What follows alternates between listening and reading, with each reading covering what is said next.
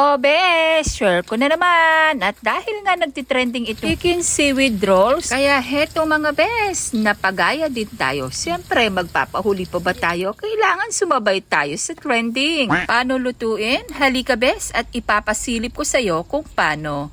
So ang una, bumili ka ng pitso ng manok or breast ng manok. Tapos, hihiwa-hiwain mo siya dahil yung laman lang yung kukunin natin dito bes. Alisin mo yung mga buto niya. Pag naalis mo na yung mga buto niya bes, ay hihiwain mo siya ng maliliit.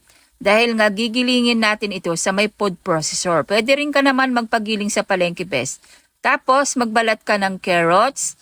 Hihiwain mo rin siya ng maliit and then ilalagay na natin sa may food processor. Gigilingin natin siya kumbaga. Tapos add ka rin ng sibuyas, garlic, and then gigilingin mo siya bes para magiling sa gusto. Ganyan no.